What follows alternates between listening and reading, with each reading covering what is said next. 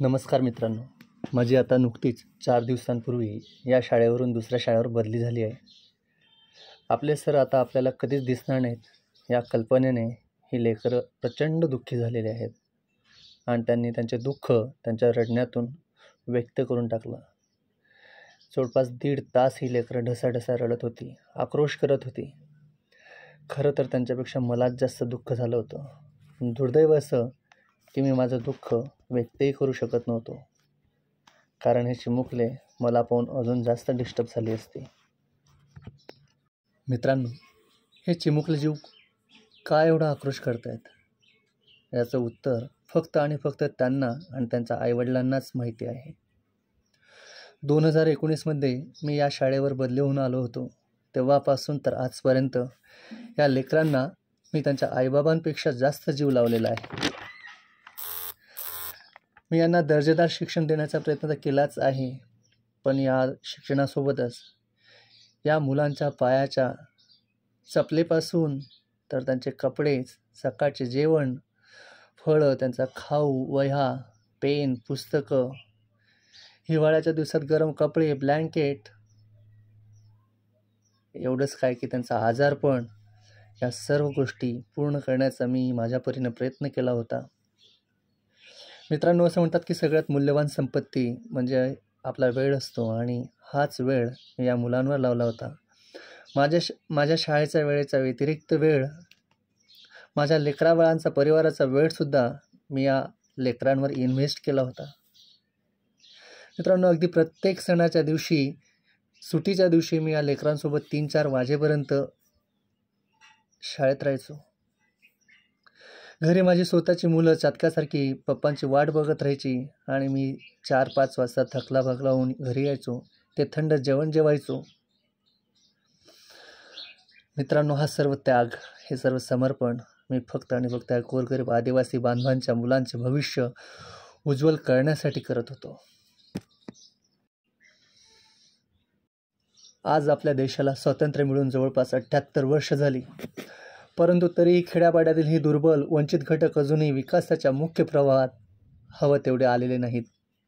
ही लोक अजूनही दुःख, दारिद्र्य, अज्ञान यांच्या खोल गर्तेत बुडून राहिलेले आहेत आणि मला ह्या आदिवासी बांधवांच्या मुलांना या खोल गर्तेतून बाहेर काढायचं होतं. त्यांना एक माणूस म्हणून आत्मसन्मानाने जीवन जगण्याचा अधिकार बहाल करायचा होता. पालघर या 100% आदिवासी जिल्ह्यातील या माझ्या पाड्यातील 100% मुलांना मला गव्हर्नमेंट सर्वंट, अधिकारी, डॉक्टर, इंजिनियर नव्हे, एक सुजाण, सुसंस्कृत, जबाबदार नागरिक बनवायचं होतं. मला हा माझा पाडा, कैनाळ मलावकर पाडा, देशातील सर्वांत आदर्श पाडा बनवायचा होता, ज्याचा आदर्श घेऊन हजारो पाड्यांनी लाखो करोडो जीवांचं दुःख दूर केलं असतं, दारिद्र्य दूर केलं असतं. परंतु या प्रशासकीय बदलीने सर्व थांबलं. मित्रांनो, सर्व स्वप्न चकनाचूर झालीत. मित्रांनो, ह्या माझ्या प्रत्येक चिमुकल्याच्या अश्रूचे खूप मोठे मोल आहे, याची मला पूर्णतः कल्पना आहे. देवा, या माझ्या शाळेतील लेकरांच्या अश्रूंची दया येऊ दे, काहीतरी मार्ग निघू दे, ह्या लेकरांचं भविष्य उज्ज्वल होऊ दे, त्यांचं दुःख, दारिद्र्य दूर होऊ दे. देवा, प्लीज कृपा कर.